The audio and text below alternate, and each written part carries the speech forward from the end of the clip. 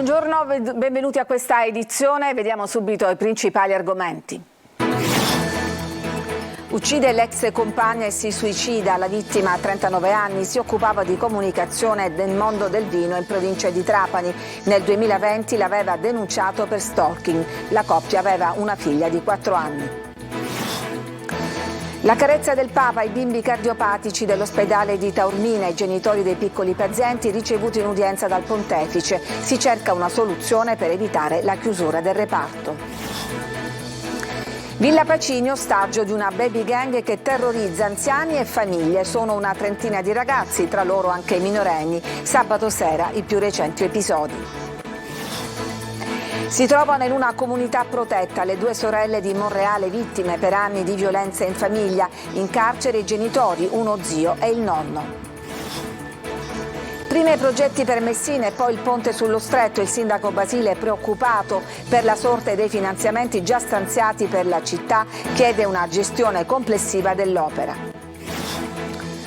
Lo strano weekend senza calcio, nessuna siciliana in campo, parte la Serie D con 10 squadre impegnate.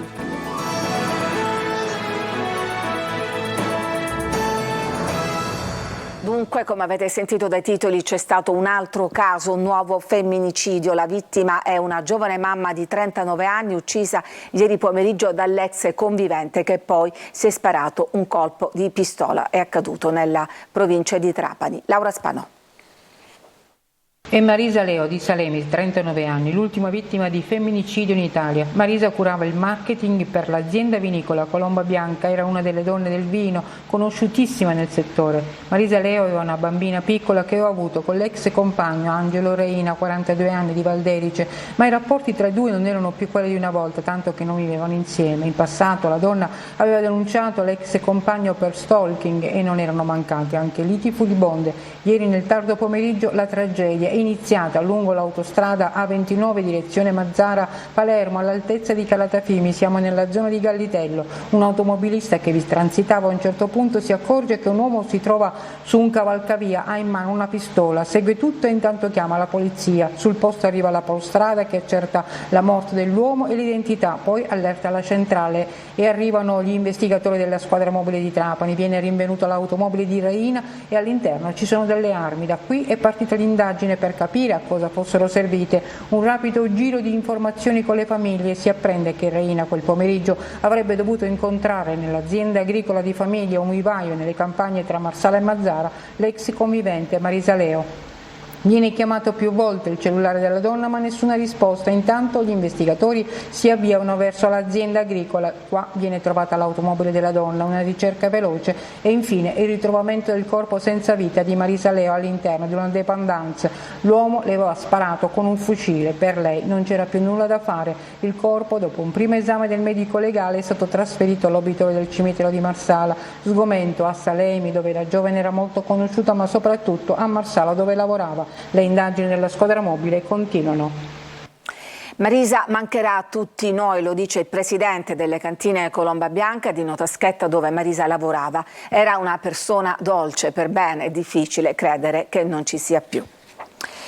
Si sentono abbandonati dalla politica regionale e così hanno affidato le loro speranze all'intervento di Papa Francesco. I genitori dei piccoli cardiopatici in cura al centro di cardiochirurgia pediatrico dell'ospedale di Taormina, che rischia la chiusura, sono stati ricevuti in udienza a Piazza San Pietro. Vediamo il servizio di Roberta Lunghi.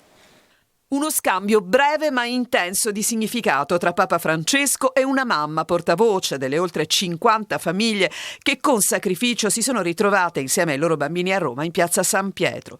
Sono i guerrieri del centro di cardiochirurgia pediatrica del Mediterraneo, perché la loro è davvero una battaglia per tentare di salvaguardare il diritto alla salute dei piccoli cardiopatici curati da anni all'ospedale San Vincenzo di Taormina, che rischia la chiusura a vantaggio del nuovo reparto all'ospedale civico di Palermo. Lo stesso centro di eccellenza dove durante l'estate, dopo un intervento di 12 ore, il primario Agati e la sua equipe aveva salvato la vita a una 12enne della Brianza in vacanza in Sicilia. Si sentono abbandonati dalla politica regionale i genitori e dunque hanno affidato al Papa la loro richiesta d'aiuto. Era già a conoscenza della situazione dell'ospedale, ci ha chiesto praticamente di elencare un po' le problematiche del CCPM e quindi in una lettera abbiamo consegnato la descrizione della situazione attuale. Di mezzo una incompatibilità della sussistenza in Sicilia di due strutture analoghe per la legge nazionale che prevede che ogni centro sia al servizio di un bacino di utenza fra i 4 e i 6 milioni di cittadini. L'intervento della politica è necessario e i margini però ci sarebbero. La conferma arriva proprio dalle famiglie che a Roma si sono spostate poi al Ministero della Salute, dove dopo un breve sit-in sono state accolte. Per il Ministero della Salute non c'è nessuna preclusione al mantenimento del centro a Taormina, ma naturalmente aspettano di fare un incontro, comunque una proposta valida da parte delle due regioni, cioè la regione Sicilia e la regione Calabria, in modo tale da poter appunto fare e continuare l'attività del centro a Taormina. Il bacino d'utenza del centro da sempre non è solo la Sicilia, ma anche la Calabria, e da qui potrebbe giungere lo spiraglio legittimo per salvare il centro. Dal presidente Schifani e da Occhiuto, dunque, questi guerrieri disperati attendono una mossa. 2 gemellini, un maschietto ed una femminuccia appena nati all'ospedale Boccari La Ferla di Palermo sono risultati positivi alla cocaina. La madre, tossicodipendente di 32 anni, li ha abbandonati dopo il parto senza riconoscerli. Se la donna non tornerà, i piccoli saranno dichiarati adottabili. In ospedale a Palermo è già scattata una gara di solidarietà. E adesso una nuova puntata della nostra inchiesta su Catania insicura. Oggi siamo stati a Villa Pacini, dove una baby gang terrorizza giovani, anziani e famiglie. L'ultima aggressione 2 giorni fa. Giusy Lazzara. Sono bande di ragazzini, proprio ragazzini, molto minori dei minori. Tutta l'estate qua hanno aggredito addirittura persone anziane o persone che poverini dormono dentro la villa perché non hanno un tetto dove poter rifugiarsi. Villa Pacini, Villa Varaghi degli Sbadigli, come la conoscono i catanesi, ostaggio da 2 mesi di una baby gang che terrorizza anziani e famiglie. L'ultima aggressione 2 giorni fa di sera, ma non troppo tardi, quando il branco assale 2 ragazzi di passaggio. Prima gli insulti, poi calci e pugni. I ragazzi vengono soccorsi da alcuni passanti e così si mettono in salvo. Arrivano anche le volanti della polizia, allertate da qualcuno che aveva assistito terrorizzato all'assalto. Aggressione, bisogna vedere, alzano anche le mani, No, che c'è una ragazza, ogni volta che la vedono ci buttano pietre, la pigliano a tumbolati, gli se ne scappa, gli ci vanno da peso, tutti i giorni c'è stata camoria. Io ho visto un'aggressione che è stata circa 10-15 giorni fa, che era uno su uno si sono avventati 4 o 5 ragazzi e gliel'hanno date di buona ragione. Poi in altri posti qua in giro ci sono anche queste aggressioni, però ripeto è una maniata di ragazzi che non sa giustamente che cosa fare, non andando a scuola. Non si sentono sicuri gli anziani che frequentano Villa Pacini, da sempre un centro ricreativo a cielo aperto. Tra la spazzatura e l'abbandono, la Villa Pacini è diventata il punto di ritrovo per la baby gang che vandalizza e distrugge aiuole e panchine. Mischiate per le persone, per i vecchiereggi, rompono l'albero, si pigliano buona parte e fanno danno. Le immagini della videosorveglianza dell'ultima aggressione sono state acquisite dalle polizia, che invierà un'informativa al Tribunale dei minori. Il governo studia nuove misure contro la criminalità minorile e le baby gang. Tra le proposte che andranno in Consiglio dei Ministri, carcere per i genitori che non mandano i figli a scuola ed una multa fino a 1.000 euro per mancata vigilanza nei confronti dei figli che compiono reati gravi. Inoltre il questore potrà vietare l'uso di social e telefonini ai ragazzi che subiscono condanne anche in primo grado e anche senza andare in carcere. A Catania un 37enne con precedenti è stato ferito con un colpo di pistola alla caviglia, dimesso con una prognosi di 30 giorni. Alla polizia ha detto di non conoscere chi ha sparato e di essere intervenuto in una lite tra alcuni sconosciuti al porto mentre tornava a casa. Sono lontane da Palermo le 2 sorelle, oggi di 13 e 20 anni, vittime delle violenze sessuali in famiglia scoperte dai carabinieri di Monreale. Sull'onda di questa vicenda il Parlamento ha incardinato una legge per garantire la possibilità di arrestare i pedofili anche in condizioni di flagranza differita. Maglio Viola.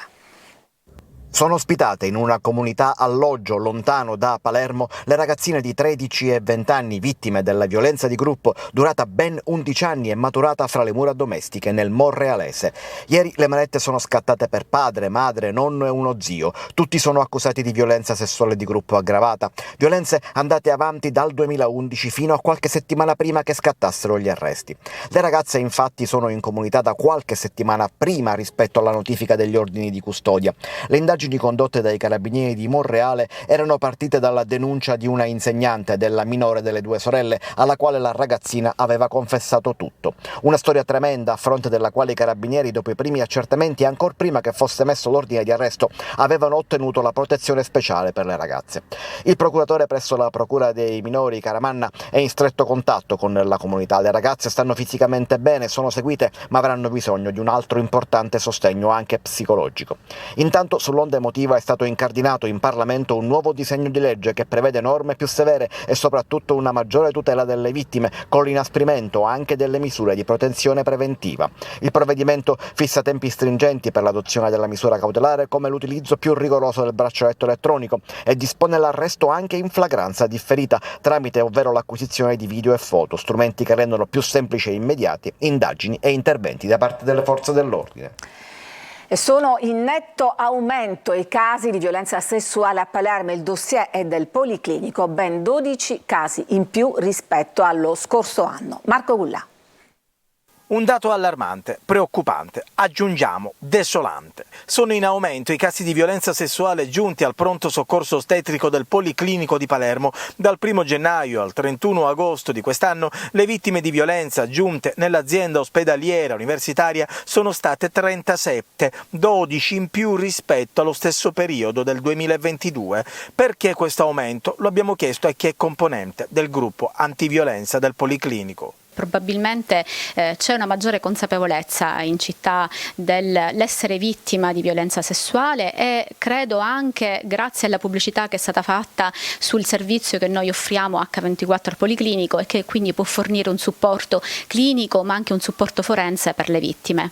L'età delle vittime varia dai 14 ai 50 anni. Al Policlinico vengono visitate solo vittime adulte, ma l'azienda ospedaliera universitaria offre un servizio di consulenza medico-legale anche all'ospedale pediatrico di Cristina per le vittime di minore età. Un aumento di vittime soprattutto a Palermo rispetto ad altre città siciliane. L'ultima, la ragazza 19enne violentata in un cantiere abbandonato del Foro Italico. Quali sono le prime rassicurazioni che date appunto alla vittima? Certamente noi diciamo che siamo lì per loro, che lavoriamo per loro, che vogliamo soltanto aiutarle e che tutto quello che facciamo in occasione di questa visita sarà finalizzato solo e esclusivamente al loro interesse, per cui cerchiamo anche di invogliarle alla denuncia in maniera tale che soprattutto quando si verificano in contesti familiari tutto questo non si ripeta nuovamente nel tempo, quindi cerchiamo semplicemente di manifestare la nostra partecipazione alla loro sofferenza e facciamo capire che noi siamo lì soltanto esclusivamente per aiutarle. Ci fermiamo, c'è una pausa per la pubblicità, torniamo subito dopo.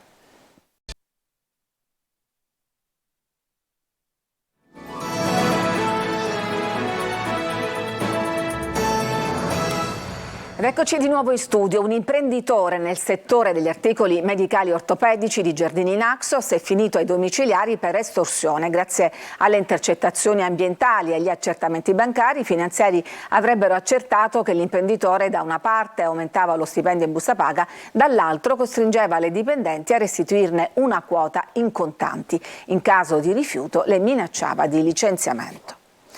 Prima i progetti per Messina e poi il ponte sullo Stretto. Ne ha parlato il sindaco di Messina che nel frattempo ha presentato il Sud Innovation Summit, evento internazionale di innovazione tecnologica. Marco Carli.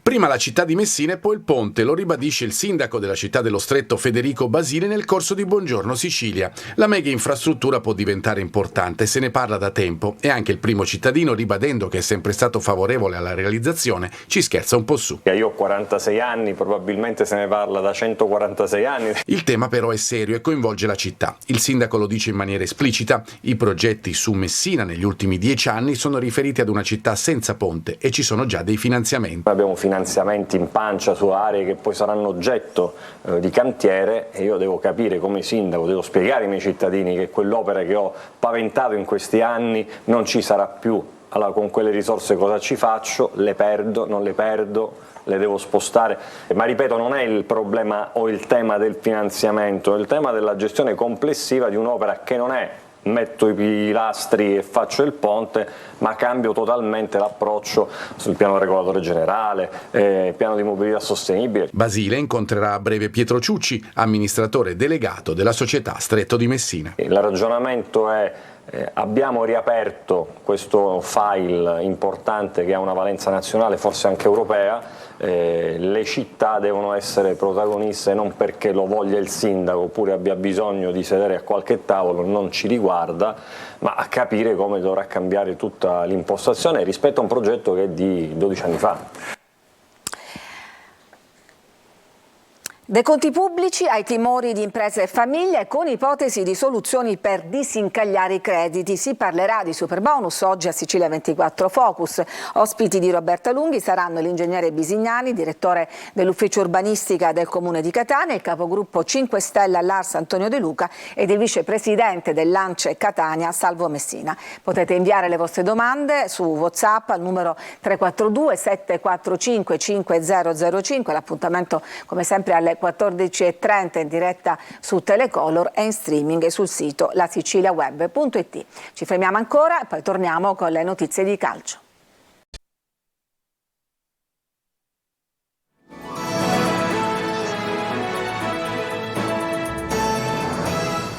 Weekend particolare nel calcio siciliano, non scenderà in campo nessuna delle squadre professionistiche che intanto presentano gli ultimi nuovi acquisti. Nel fine settimana intanto parte la Serie D con 10 siciliane impegnate. Marco Carli.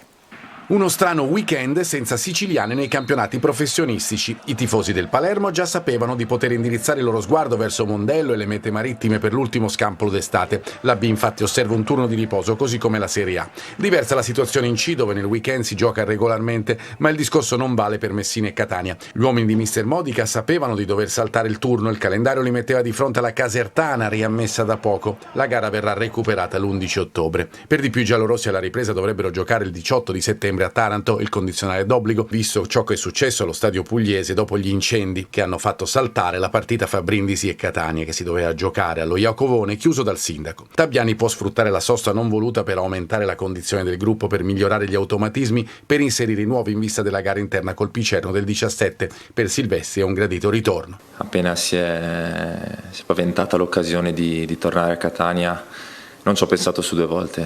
Sapete tutti quanti cosa vuol dire per me questo posto, questa piazza, questi colori. Nel Palermo, che tornerà in campo ad Ascoli il 16 settembre, è stato presentato Di Francesco, da subito protagonista con la nuova maglia contro la Feralpi Salò. Quando ho parlato col Palermo ho percepito subito la voglia e l'ambizione di una società che vuole crescere, che sa che comunque la Serie B è un campionato duro, ma che ha la volontà e la voglia di fare un campionato per essere competitivi, per riuscire a centrare la promozione in Serie A. Niente B dunque per le siciliane, niente C. Intanto nel weekend comincia la Serie D con sfide storiche come Acragas, Licato, Trapani, Ragusa e con 10 squadre dell'isola in campo.